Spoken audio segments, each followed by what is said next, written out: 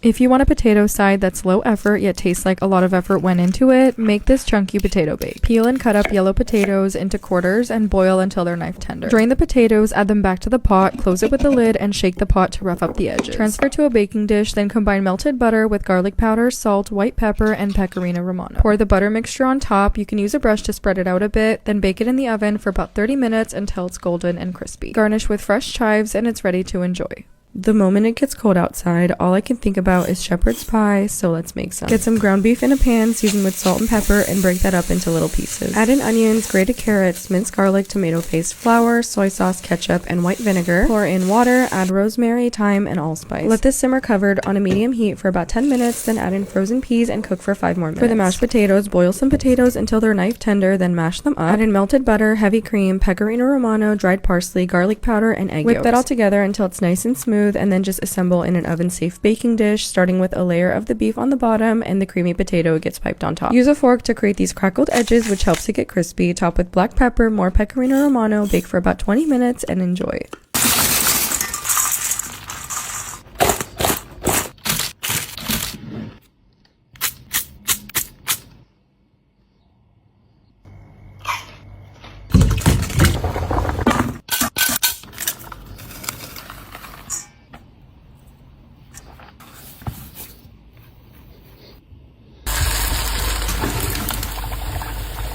Let's make loaded steak potatoes. That is insane. To start, wash and dry your potato and just stab it a bunch with a fork. Then just lightly oil them up, hit them with a little salt, wrap them in the aluminum foil. And then we're going to toss these into the oven at 400 for around an hour. While that cooks, lightly oil down a hot pan and instantly add some cubed and seasoned steak. After about 2 minutes, your steak should be nice and crusty like you. Just pull it off, drop the heat off to a low and add some butter. Then when foamy, add some minced heartburn. Chili flake this down into your liking and give it a kiss of tomato paste and cook this down. A few minutes later, introduce some heavy cream. As this bubbles and thickens, just taste it and adjust it for salts. Now, after an hour, your potato should be done. You can place some hot potato if you want. When it's still steaming hot, I like to make a nice cavity. Just carve the top off and start flaking the potato into a bowl. Throw in a tiny bit of butter. I like to lightly season this down. Cheese is gonna make your potatoes absolutely gorgeous. Then we're gonna do a spoonful of sour cream. And while the potatoes are still warm, we're just gonna mix that all up. Now carefully stuff back the potatoes with their filling. Each one gets glossed in sauce. Crown them with your beautiful steak. And just a little bit more greens to get all those calories. Bismillah. Oh my god. Wallah, that's crazy.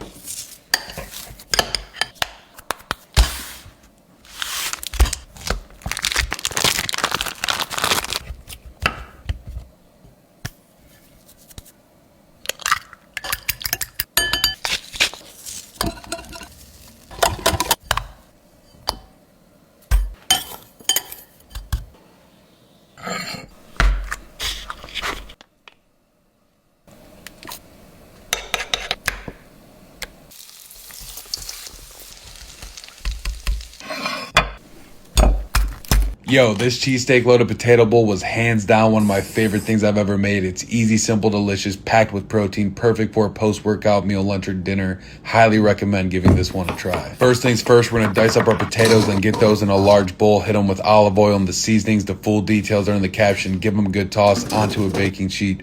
Into the oven at 425 for about 30 to 35 minutes. While those are cooking, we're gonna get started with our peppers and onions. We're gonna dice everything up and get those going in a large skillet over medium heat and a little bit of olive oil. We're gonna season with salt, pepper, and garlic powder. Make sure you give those a good toss. Next, we're gonna take our steak and slice it up nice and thin. Once the peppers and onions are about done, remove them from the pan, crank up the heat, add in a little bit more oil, then add in the steak. We're gonna season it and let it cook for 4 to 5 minutes, and add in some minced garlic, Worcestershire sauce, and those peppers and onions. We're gonna let it cook for another 3 to 4 minutes together, and boom, all that's left to do is take your potatoes out of the oven, assemble your bowls, and enjoy. Yo, this taco loaded potato bowl is easy to make. It's simple, delicious, healthy, packed with protein, also great for meal prepping. You gotta try it out.